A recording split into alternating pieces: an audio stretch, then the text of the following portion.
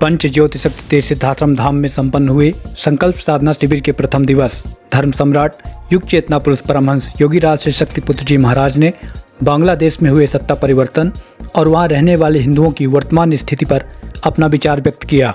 उन्होंने कहा कि इस पूरे मामले में भारत सरकार की प्रतिक्रिया निराशाजनक रही है।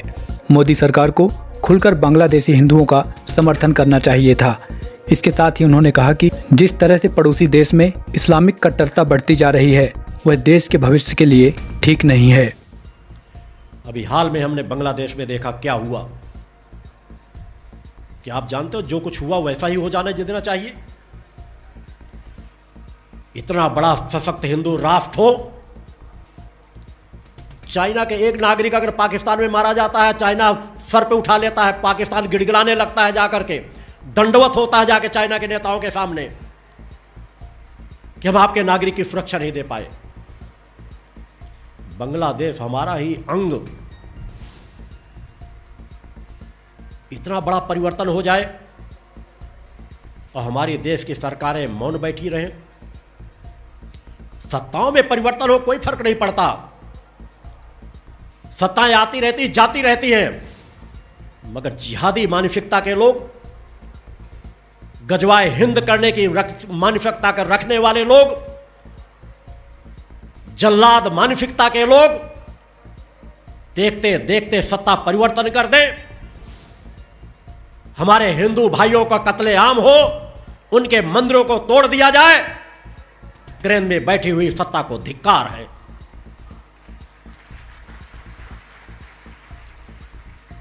इतना बड़ा सशक्त देश लेकर, इतनी बड़ी विशाल सेना को लेकर के हमारे पड़ोस में चारों तरफ से हमसे घिरा हुआ देश, एक छोटा सा देश, क्या यह नहीं होना चाहिए कि जिस समय लग रहा था कि राष्ट्रपति को वहां पर, उनको प्रधानमंत्री वहां पर पूरी तरह से सत्ता परिवर्तन के लिए उनको मजबूर कर दिया गया है, तो हम अपनी सेनाएं तत्काल वहां उतार देते? किस विषय की हम चिंता करते हैं? कौन सा संयुक्त राष्ट्र संघ हमारा क्या बिगाड़ लेता? जिस देश में जो चाहती है सत्ता परिवर्तन हो जाता है। संयुक्त राष्ट्र नपुंसक बन चुका है, कुछ नहीं कर सकता। देश में सालों साल युद्ध चल रहे हैं, छोटे छोटे देश वहां सत्ताएं बदल देते हैं। वो कुछ देशों का, चंद देशों का गुलाम बना हुआ एक व्यवसायिक संस्था है केवल। होना यह चाहिए कि चाहे जितना बड़ा दुनिया चीखती, बांग्लादेश भारत का अंग बना लेना चाहिए। हम अपने देश के बगल में आतंकवादियों का अड्डा बनने दे रहे हैं। भविष्य में देखना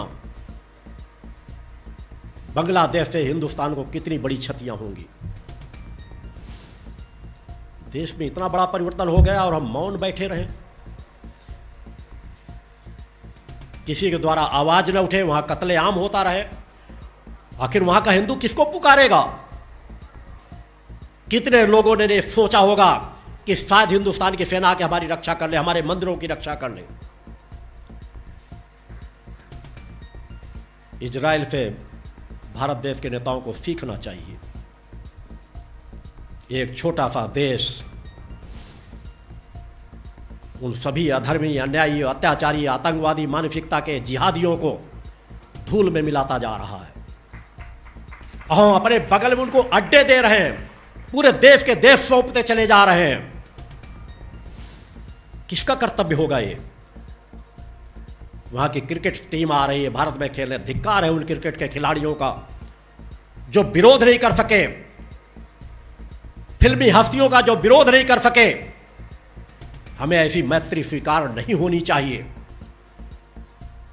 अगर किसी नेता का बेटा मारा जाता, पत्नी मारी जाती, बेटी मारी जाती, वो खुद मारे जाते, तो शायद तब एहसास होता। हजारों हजारों लोगों का कत्ल कर दिया गया, महिलाओं के साथ बलात्कार किया गया। हम नारी की रक्षा न कर पाए अपने बगल में देश में, छोटे से देश में। तत्काल सख्त कोई ऐसा संदेश नहीं गया देश के माध्यम से कि उनके रोंगटे कांपते। हम अल्टीमेटम दे सकते थे कि अगर 24 घंटे के अंदर ये नहीं रोका गया तो हम अपनी सेना उतार देंगे। हम सब कुछ कर सकते थे, और ये गलती तो इंदिरा गांधी की है, जिसे लोग आयरन लेडी मानते हैं। मैं नहीं मानता। वो भी सामान्य नेता ही थी, जिस तरह सामान्य आज के राजनेता है। परिस्थितियां थी, शांति सेना भेजी गई थी, परिवर्तन हुआ वहां, मगर क्या ये होना चाहिए? होना तो उसी समय चाहिए कि हमें बांग्लादेश को भारत में विलय कर लेना चाहिए। सैनिक हमारे मारे गए। हम जानते थे जिहादी मानसिकता के लोग कभी नहीं सुधरते।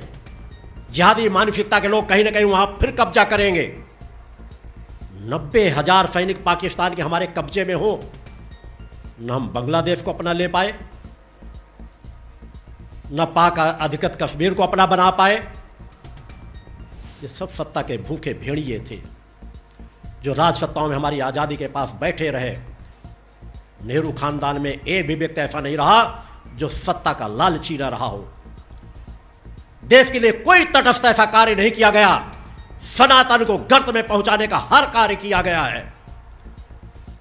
ये सामान्य बातें नहीं है। घर में बैठकर शांत से बैठ करके आज भी अगर कोई कांग्रेसियों को वोट देता है, कांग्रेस पार्टी का समर्थन करता है, तो मैं उसे राष्ट्रभक्त कभी नहीं मान सकता।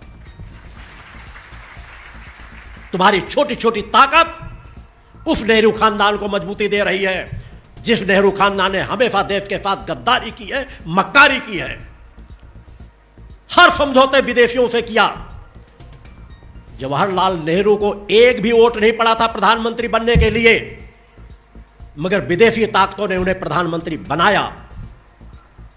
एक भी वोट नहीं था कि जो नेहरू जी को प्रधानमंत्री बनाना चाहते थे कांग्रेस में, सिर्फ वे अकेले थे। मगर विदेशी ताकतों के विस्तार के विषय हैं, उनको प्रधानमंत्री बनने का मौका मिला।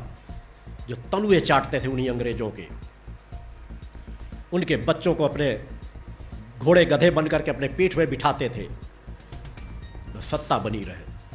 बहुत ऐसी कमियां हैं जो समय के साथ समाज को, देश को पता चलती रहेंगी। वेदना होती है कि आज भी हमारे बगल में इतने बड़ा अत्याचार हुआ और हमारे देश की सरकार मौन शांत बैठी रही।